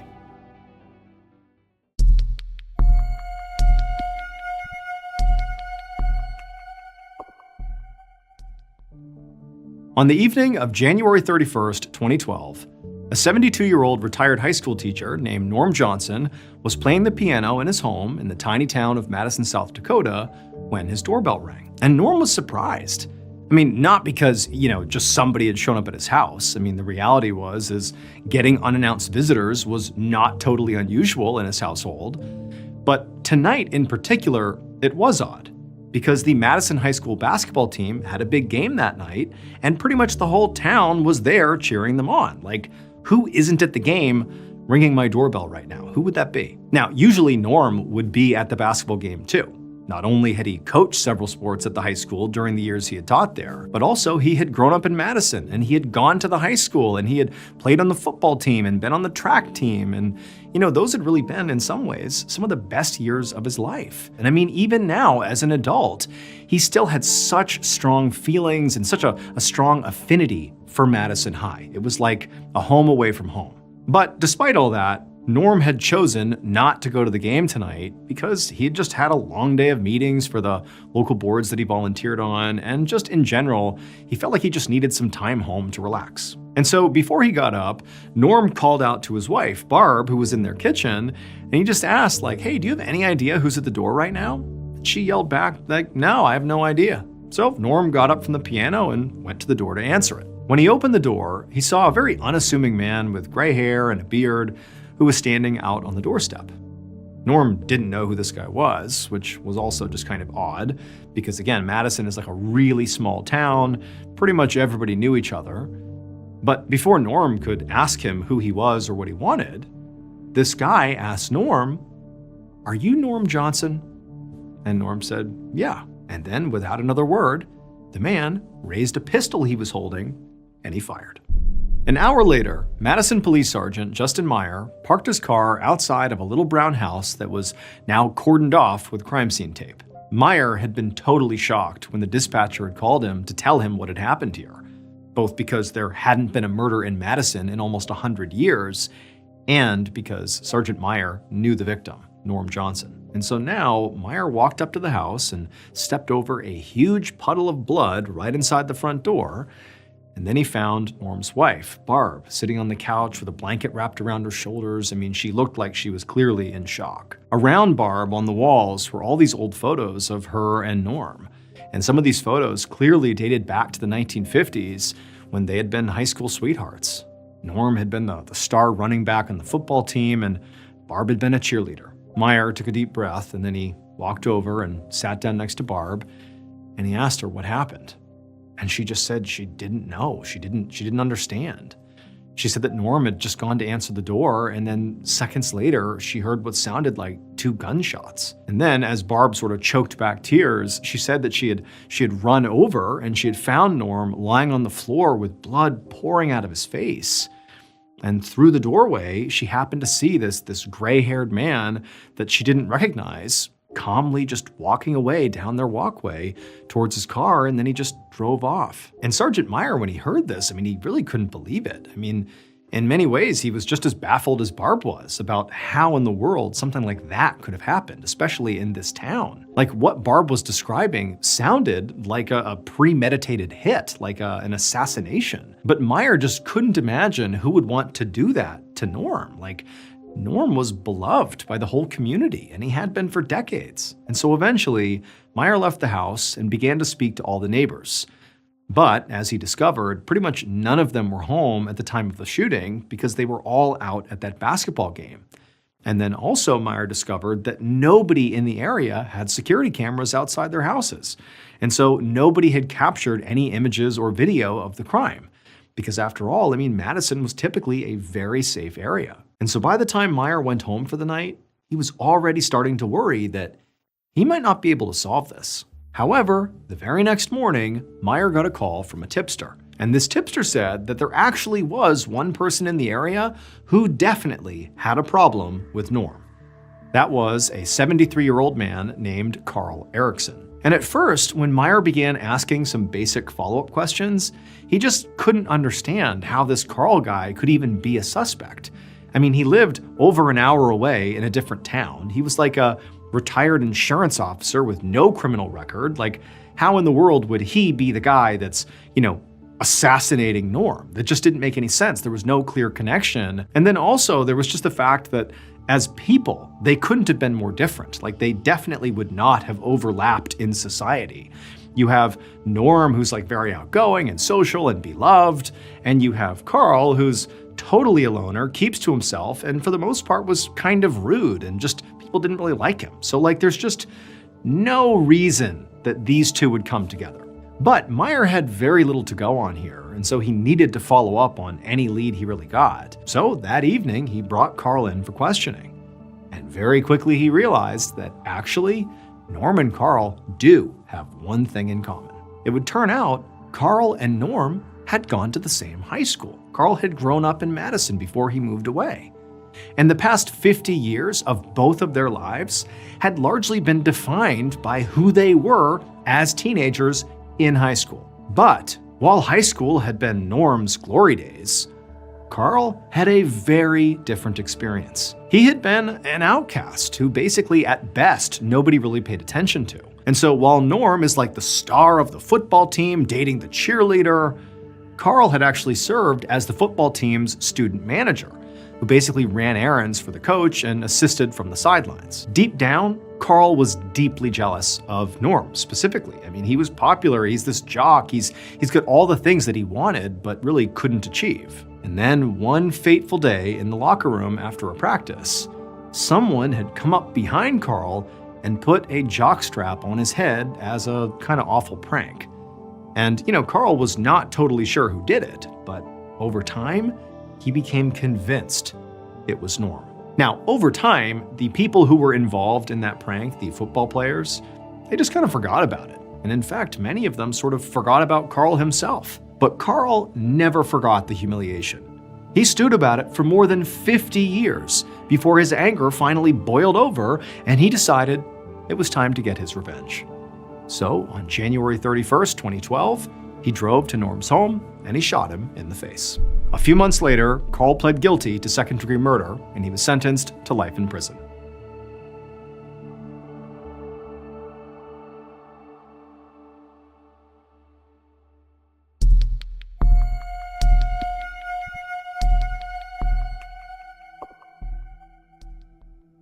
On the afternoon of August 10th, 2011, Detective Inspector John Finch of the London Metropolitan Police walked through the courtyard of the Radisson Edwardian Hotel in London. This was a massive luxury hotel with more than 400 rooms. Finch navigated past the beautiful greenery and the koi ponds and the multiple restaurants until he found the door he was looking for, which was roped off by crime scene tape with a uniformed officer standing in front of it. Through the doorway, Finch could see there were forensic technicians taking photographs and putting down evidence markers. This was a section of the hotel where members of the staff lived in small apartments, and the police had been called here by hotel management because the bodies of 2 workers had been discovered inside, and a 3rd worker was missing. Finch had already been briefed on the basics.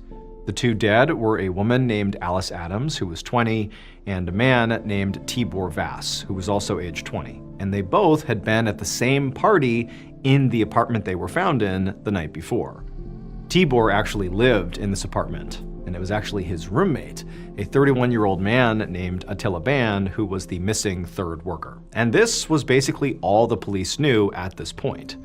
They didn't even have a theory yet on whether the missing Attila was another victim or the killer. They really just didn't know. And so now, Finch greeted the officer who was at the door and introduced himself and showed his credentials, and then he ducked under the crime scene tape. And before long, he found himself standing in this small living room type area where the first victim, Alice, was lying in this massive pool of blood on the carpet. She was wearing a shirt, but no pants, but she did have underwear on, and she had a couch cushion that was placed over her face, and there were stab wounds all over her body. One of the forensics techs warned Finch to be careful where he stepped because there was so much blood all over the floor, they didn't want Finch to step in it. So very carefully, Finch moved around the outside of the room and made his way into the kitchenette, where another forensics tech was picking up items one by one and dusting them for fingerprints and then setting them back down exactly where they were. And among sort of all the items scattered about the kitchenette, Finch noticed there were lots of pill and alcohol bottles. And so now he began to formulate his first theory. that this party they had all been to the night before had gotten way out of hand, and Alice had been attacked in a sudden rage by somebody who very likely knew her.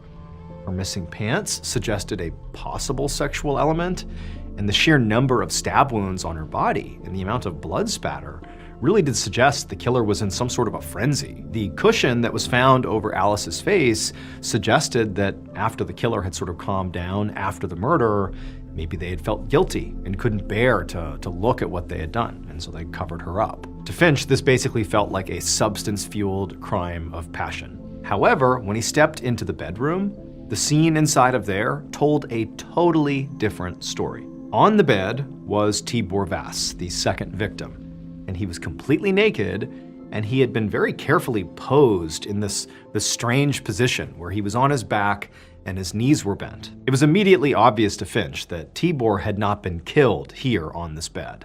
There was only a tiny bit of blood on the sheets, and Tibor's body itself was perfectly clean, like it had been washed, before being arranged on the mattress. And then, when Finch walked over to get a better look at Tibor's body, he saw that the man's injuries were much neater than Alice's.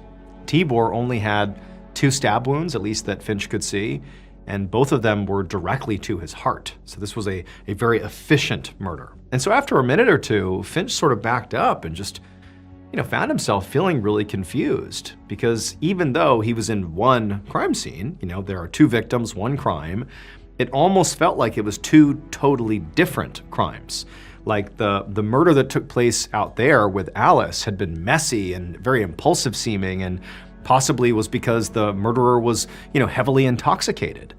And then this murder of Tibor, it seemed like it was committed by somebody who was much more methodical and potentially even sober. And so Finch couldn't help but wonder, how does this missing roommate, Attila Ban, fit into this picture?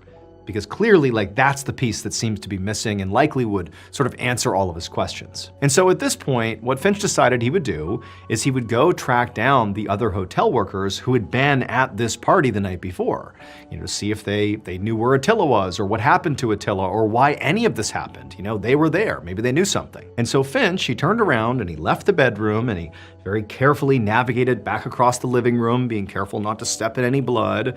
And then he left the apartment, and as he did, he sort of noticed something strange. But right now he knew the most important thing was going and speaking to those other workers to see what they knew. And so for now, he sort of forgot this strange element he thinks he's discovered, put it over here, and just said, I'll deal with that later. And off he went to go find the other workers. Over the next few hours, Finch spoke to a whole bunch of hotel workers, and they were able to tell him a lot about Alice, Tibor, and Attila. Basically, they were all good friends, they all worked together, and they were known for being very responsible and very hardworking. Alice apparently had only just begun working at the hotel a few weeks ago, and coworkers said that she and Tibor seemed to have some chemistry, but no one was sure whether their relationship went beyond a platonic friendship, because Alice actually did have a boyfriend. And Tibor's roommate, Attila, the one who was missing, was apparently a hotel manager. And recently he'd been named Employee of the Year, and everybody seemed to really love working with him. Finch also learned more about the party that Tibor and Attila had hosted in their apartment the night before, during which the murders, must have happened.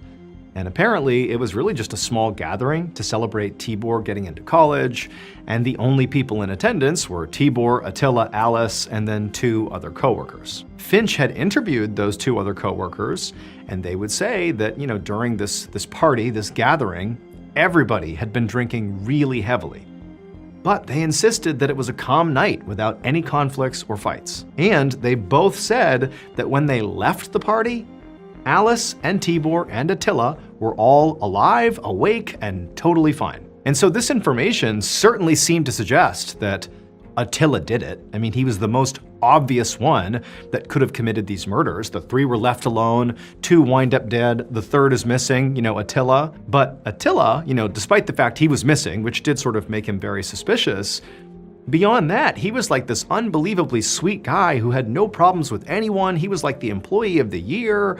It just didn't track. Nobody thought Attila could have done this. Nobody. The fact that Alice had a boyfriend, but apparently was, getting close to Tibor and, sort of going beyond being just platonic, that was intriguing to Finch. Coworkers said Alice, flirted with Tibor a lot, and Finch thought it was definitely possible that maybe the boyfriend had come to the apartment and found Alice and Tibor together being sort of inappropriate and killed them out of jealousy. It felt like a very possible theory. However, that would explain why Alice's body was in the state it was in, but that theory would not explain why Tibor's body had been posed in such a bizarre way, or also what happened to Attila, like where's Attila? Now, Finch knew that all day his team had been pulling surveillance video from around the hotel. So in the evening, around 7 p.m., he went back to the station to start combing through the footage. He wanted to get his eyes on every single person who entered and left the employee housing area on the night of the killings. The hotel really was covered in cameras, and odds were the killer would be somewhere on those tapes. But later that night, when Finch finally got to the end of all the footage he was given, he was baffled. So the surveillance video didn't actually show the doorway to Tibor and Attila's apartment. It just showed the area around the building that contained the apartment. So Finch could only see who entered and left the building, not the individual apartment. So that was a limitation. But he could see Tibor and Attila and Alice and those other two party guests enter the building before the party, and he could see those same two party guests leave hours later at almost the exact time they had told him they left. There was no sign of Alice's boyfriend at all, which meant he very likely was not the killer. Otherwise, you'd see him somewhere on this tape and he just was not there. And so as disappointing as that was, it, made sense and it at least sort of progressed the case. But Finch is also thinking the thing the footage also doesn't show is what happened to Attila. Where is Attila? On the morning of August 12th, so 2 days after the bodies were found, Detective Finch went back to the apartment, now with his team of detectives. Attila, at this point, was still missing. Nobody knew what happened to him. And that was actually why Finch was back here with his team. He wanted to take a second look around, not just the building and the apartment, but really the whole area. Because they had traced Attila's phone and it was pinging off a cell tower right next to the hotel, as if he was still here. But, keep in mind, by this point, police have searched the whole grounds, including every room, all the closets, all the utility areas. They've looked everywhere on this property and they have not found a trace of him. But Finch thinks, what else can I do but just keep on looking? So now, Finch and his team greeted the officer who was still standing guard by the crime scene door, and the officer let Finch and the other investigators in. And pretty much the second Finch stepped back inside this apartment now for the second time, he knew something was off. Finch had been staring at crime scene photos for the past 2 days obsessively, and as a result, he really had a good feel for how this place had been left. Because remember, when they take photos and when they, dust for prints and all that, they try to leave the scene exactly the way it is because it's all evidence until, the case is solved. But as soon as he walked in, he saw there was a vodka bottle that clearly had been moved. And his first thought is are you kidding me? Is this us? Are one of our techs moving stuff and not putting it back? Are we tampering with our own evidence? Or worse, has somebody somehow broken in here and moved things around, without our own guards knowing about it? What's going on here? And at the same time, Finch is faced with this new reality here. One of the other investigators pointed to the bedroom door, which was closed. And he said that he'd been here when the forensics team had left, and he was positive they had left that door open. And so Finch is totally flabbergasted. He walks over to the door and he turns the doorknob and tries to open it, but clearly there is something blocking the door, somebody put something on the other side of the door to keep it from opening up all the way. And so at this point, Finch and the other guys began basically ramming on this door until finally they were able to push it open just enough that they could look inside. And when they did, they find the missing third person, Attila Ban. He's lying face down on the bed, he was naked, and he was covered in blood. It would turn out the murders did take place during that party. The killer was there with Alice, Tibor, and Attila. And the killer, at some point during this party, after those other two guests had left, they saw Alice and Tibor kissing, and it drove them mad with jealousy. And they grabbed a knife And for a short period, they went into an absolute frenzy, repeatedly stabbing Alice brutally until she was dead, and then turning their attention and stabbing Tibor twice in the heart. And so they had brutally killed these two in a total fit of rage. But the killer knew there were some loose ends inside of this apartment. And so very carefully, they slinked their way into the bedroom, and with that same knife they had just used to kill those two, they cut open the side of the mattress, and they crawled inside, and they waited. When Detective Finch first left the apartment, like that first time he was there, and he's leaving to go speak to the hotel workers, when he opened the apartment door and he began to leave, he stopped because he noticed something weird. He didn't pursue it right then and there because he wanted to prioritize the interviews, but what he noticed was there's so much blood inside of this apartment. It's everywhere. Like the texts are telling me to be careful where I step so I don't track blood around, but he's looking down, like he's just opened the door to the apartment, and there's no blood leaving the apartment. All the blood is contained inside of the apartment. How is that possible? Well, the reason it was possible is because the killer never left the apartment. And so fast forward 2 days to August 12th, the same day that Detective Finch and his team came back to the apartment to do another sweep.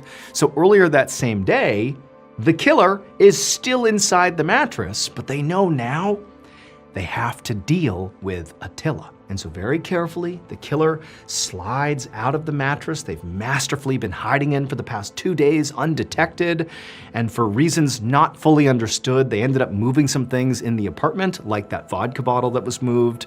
And then also they went back inside the bedroom with Attila, and they barricaded the door shut with something heavy. So they're barricaded inside the very room they've been hiding in, and now it's time to deal with Attila.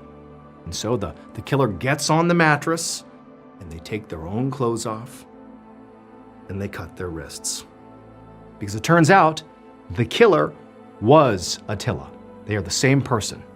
And Attila was madly in love with his roommate, Tibor. And at that party, when he saw Tibor kissing Alice, he knew that his love was unrequited.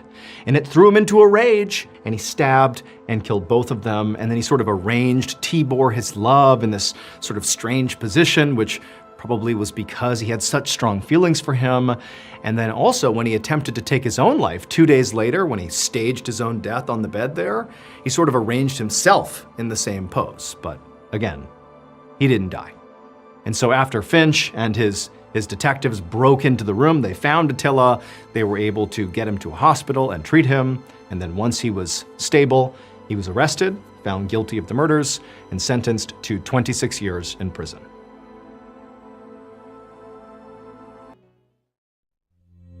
At 8 a.m. on June 8th, 2015, 72-year-old James Lee Rogers parked his beautiful red Corvette in the parking lot of a Waffle House in Port Arthur, Texas.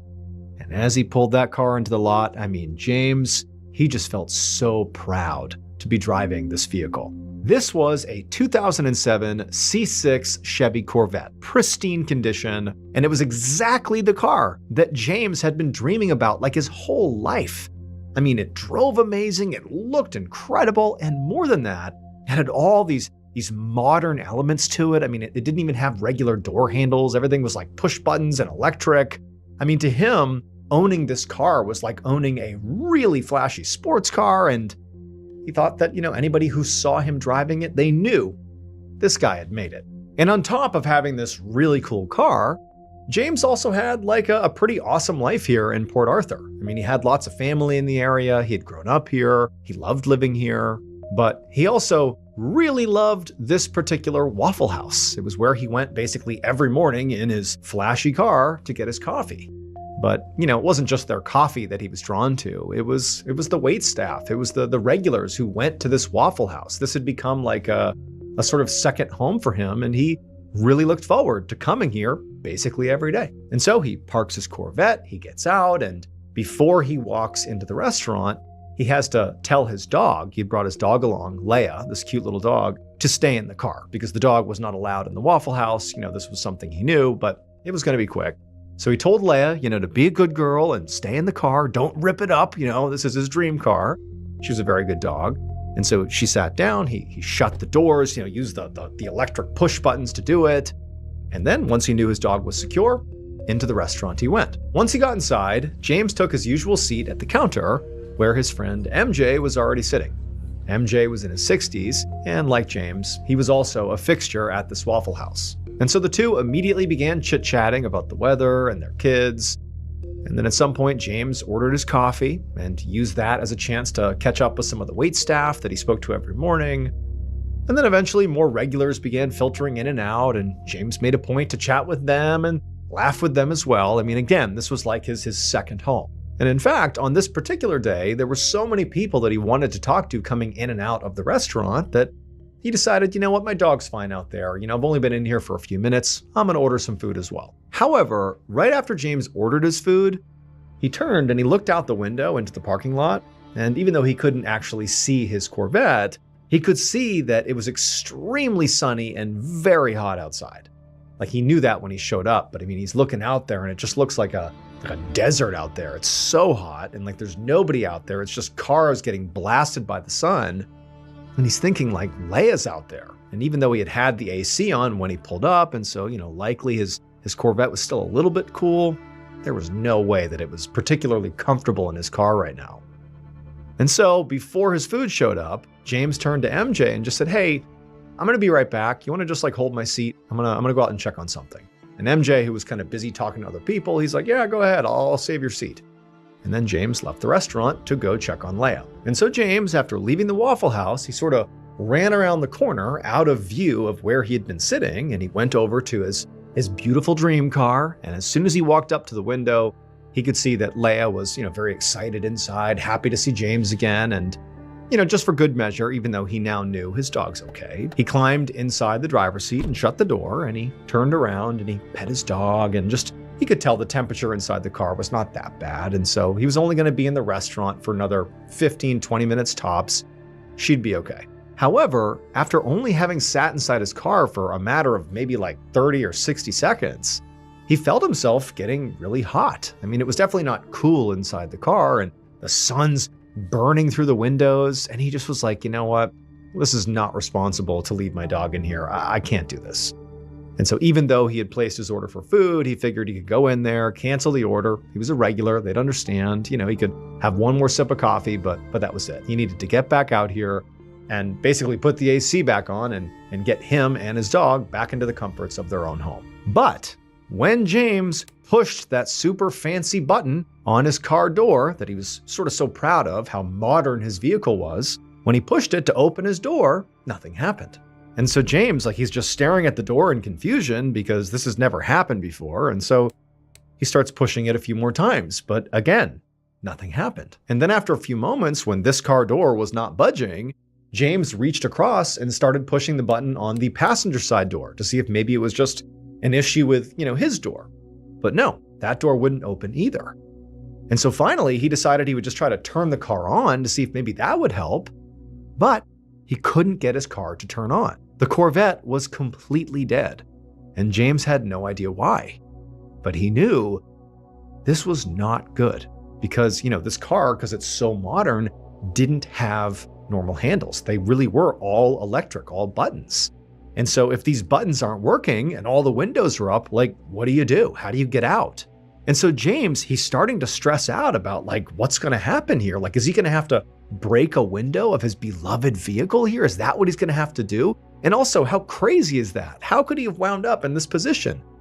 But also, the sun is just burning through the glass, and he's suddenly becoming really aware of just how hot it was getting inside of his car.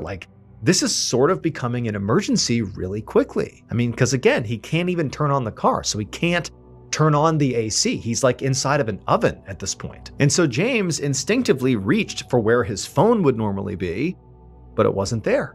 And that's when he remembered he had left his phone inside the Waffle House. When he had gone in earlier, it was low on charge and he had handed it off to one of the waitstaff to go plug in somewhere. And so his phone's inside. He has no way to contact anyone. But luckily, right at that point, James looked out the corner of his eye and he saw a couple walking out of the Waffle House. And he's like, oh, thank goodness, someone's coming out. I can get their attention. They can come over here and get me out of here, or at least, call someone who can. And so he starts waving, through the front windshield at this couple as they're sort of walking generally in his direction, but they clearly didn't see him. Like the sun is glaring off the glass, kind of making it hard to see inside. And so James is sort of realizing this, and he's becoming more and more desperate as he and his dog are getting more and more overheated. And so he began leaning on the horn to get their attention that way, but no sound came out of his Corvette because the horn was powered by electricity, and again, the car is dead. And so James now is getting frantic. He's banging on the windows, he's screaming to them. But this is a nice car. It's totally soundproof inside. Again, there's the glare from the sun on the glass. The windows are partially tinted. They can't see or hear him. And so this couple eventually comes right near his vehicle. They climb in their car and they drive away without ever noticing him. Once they were gone, James told himself that, you know what, this is a busy area. Lots of people come in and out of this Waffle House. Someone's gonna see us. Someone's gonna get us out of this car. And so for the next several minutes, James looked all around him, looking for anybody walking through this parking lot, looking for people coming out of the Waffle House, and anybody who came even close to his vehicle. He would scream and yell and bang and do anything he could to get their attention, but nobody noticed him. Like no one could see or hear him. And now James and his dog were really starting to struggle with the heat inside of this vehicle. It really was like they were trapped inside of an oven. And so eventually, when it seemed like no one was going to notice them, James just began frantically looking around the interior of his car for a toolkit. He thought he had left a toolkit in here somewhere, in case of emergencies. And he's thinking, maybe there was a tool in there he could use to maybe jimmy open one of the doors, or if he had to, he could maybe use something heavy in the toolkit to break a window, just to get out that way. And so eventually, in the back seat near Leia, he found this toolkit, but when he cracked it open, he was disappointed because it really didn't have anything that useful. There were some pliers, there were some jumper cables, and a flashlight. But, James, he still took the pliers and he jammed the head of the pliers into the crack of the driver's side door to attempt to basically wrench open the door. But the pliers were very thin, and so he didn't budge the door at all. And he used a lot of energy trying to, force the door open. And remember, it's like blisteringly hot inside of the vehicle at this point, and it's getting harder and harder to breathe. Like Leah's struggling to breathe. James is, drenched in sweat, and so he drops the pliers, and he just has this huge wave of anxiety come over him that like, oh my goodness, like, is this it? Are we gonna die in here?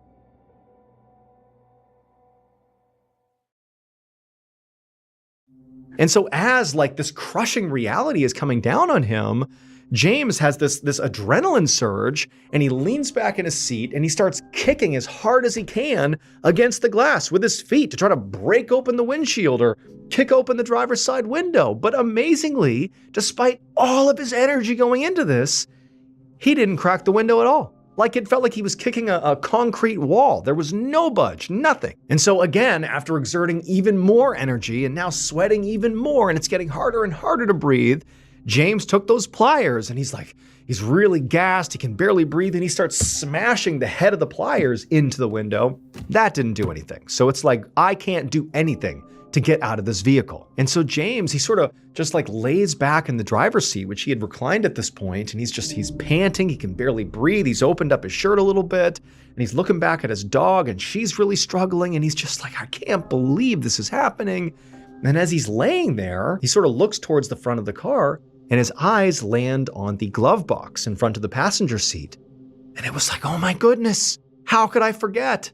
There's a manual inside of there. There has got to be instructions for what to do if your car dies. There's gotta be a way to get out.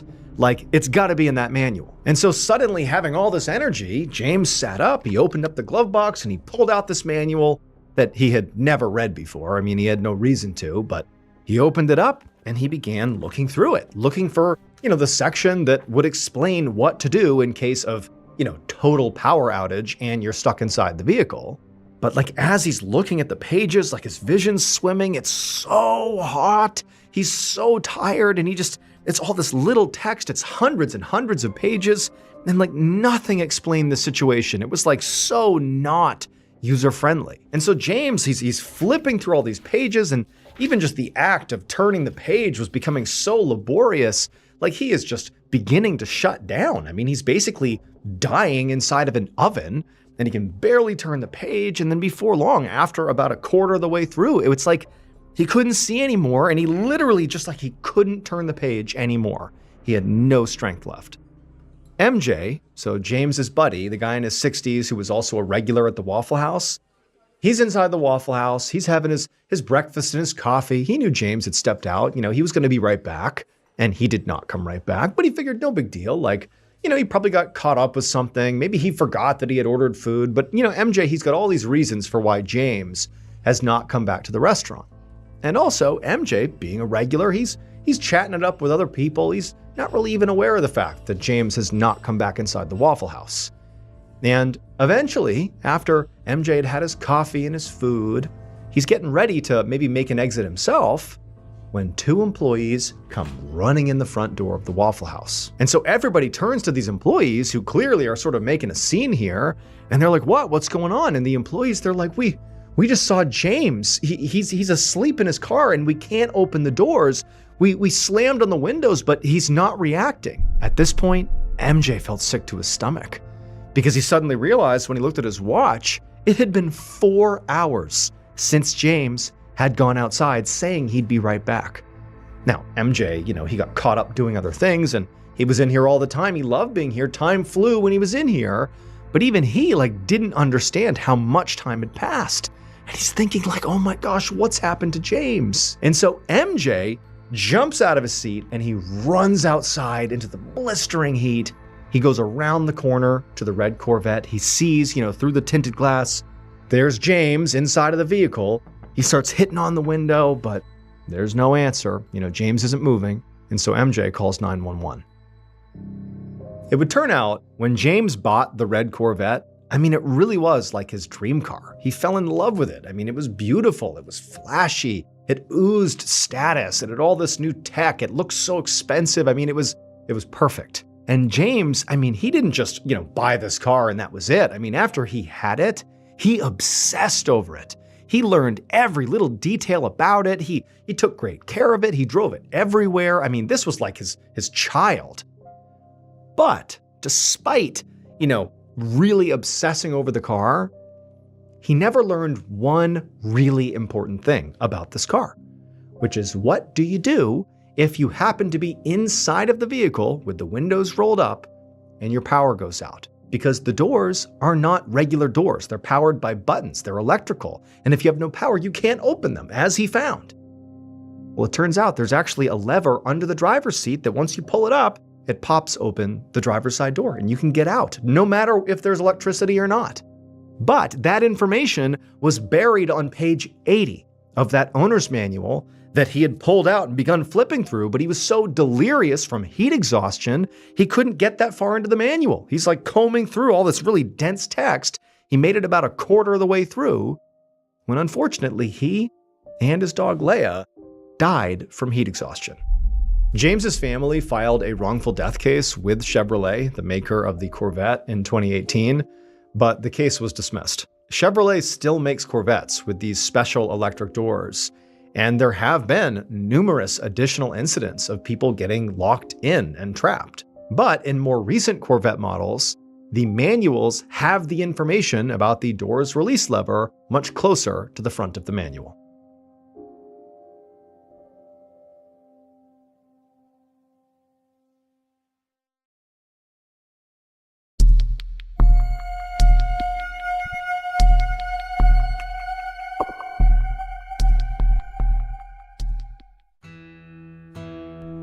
On the morning of August 20th, 1862, a 17-year-old farmhand named Jean Leroux carried his axe over to a stack of logs by a barn on a farm in Ottawa Township, Minnesota. As a farmhand, Jean was responsible for lots of different odd jobs, like splitting the firewood and feeding the animals and helping with the crops. Basically, Jean had to know every single inch of the farm and the woods that surrounded it, and how to take care of it all. But even though he was basically constantly busy, Jean still found his mind wandering to a place that was sort of difficult, which was he felt a lot of times pretty homesick. So Jean was actually from France, and he had left behind his whole family and his, previous life to come here to America. where there was supposed to be more opportunity. However, America was turning out to be a pretty violent place.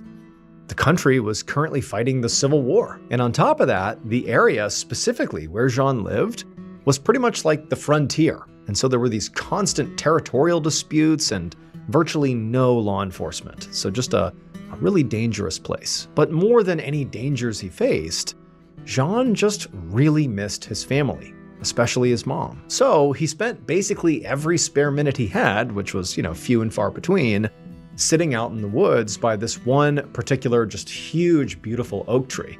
And he would sit at the base of it and he would make journal entries about basically everything he was doing so he could track it all and know what to tell his mom when he finally got to see her again. He just wanted to tell her all about his experience. Also, just for context, Jean had saved virtually all the money he had worked so hard to acquire, and his whole plan was to eventually send that money to his mother, who he loved so very much and missed so much. But more and more, like the more homesick he became, the more he wished he could actually just go back to France and get out of America and literally hand the money to his mom and just see her again and be done with this whole America experiment. But for now, Jean raised his axe over his head and he brought it down on the log that he was going to split. And it did, it split open, and he raised the axe again to chop another log. But as he did, he froze because off in the distance, he could hear a series of repetitive booming noises, like really loud. And for Jean, immediately his heart started to race and he was so scared because he knew what those were. Those were gunshots. And he was terrified that the thing that he and really everybody else in his town had been scared of for days was now finally happening. So right on the other side of the woods that surrounded the farm was the Minnesota River. And over the last decade, lots of people had settled along this river. And there'd been a town established right nearby and new homes were being built constantly. However, all the expansion had literally forced out the indigenous tribe who had previously lived in the area, the Sioux. And after being displaced, the Sioux had struggled to find food and a place to live, while the settlers just continued to expand and take more of their land. So finally, just 2 days earlier, the Sioux had had enough and they finally retaliated, attacking settlements along that river. It was being called the Sioux Uprising, and the attacks so far had been horrific. A lot of farms along that river had been burned to the ground, and their occupants had been killed right alongside it. And then just yesterday, the Sioux had attacked a city that was just 50 miles down the river from where Jean was right now. And so Jean and everybody else in this particular area had really been terrified the last 24 hours that the violence was moving in their direction towards Ottawa Township. And so now Jean, he had put his axe down and he just stood there, trembling as the sound of gunshots continued. This was not just a few stray bullets. This was a barrage of gunfire. And so this could only mean one thing. The Sioux were here. Now, Jean couldn't tell exactly where the shooting was coming from, but he could tell it was pretty close. And so Jean knew that he likely only had maybe several minutes to gather up whatever he could of his possessions and get to safety before the Sioux arrived. So Jean, he bolts over to the farmhouse, goes inside, and he goes to the area inside where he slept, and he grabbed his rifle, and he also grabbed his notebook and all that cash he'd been saving for his mom. And he jammed the notebook and the cash into a satchel, and with his rifle over his shoulder, he ran back outside. And then once he was outside, he sprinted right towards the tree line at the edge of the property. And after running for a little while, Jean finally stopped to catch his breath and to listen to see if there was more gunfire. And as he sat there listening, he couldn't hear anything. But that's when he realized, he's all alone out here. If the Sioux came charging through the trees right now, he wouldn't stand a chance even with his rifle. But Jean had an advantage. He knew these woods like the back of his hand. He was in here all the time. And because of that, he knew exactly where to go to find safety. About an hour later, Jean's boss and the owner of the farm, Edward Gleek, hustled from his farmhouse towards town. Mr. Gleek had also heard the gunshots. Basically everybody in town had. And he had come running out of the barn just in time to see his farmhand, Jean Leroux, bolting off into the woods. And, Mr. Gleek, he didn't blame the kid. He was also horrified by the recent attacks and was also very worried that those shots they were hearing were a sign that trouble had finally arrived in their town. But after all these gunshots, no Sioux warriors showed up in town. And so now Mr. Gleek was heading to the town center to see what had actually happened. Like, what were those gunshots? Now, Mr. Gleek had sort of accepted that this could have been something totally benign, or it could have been the Sioux. He didn't know.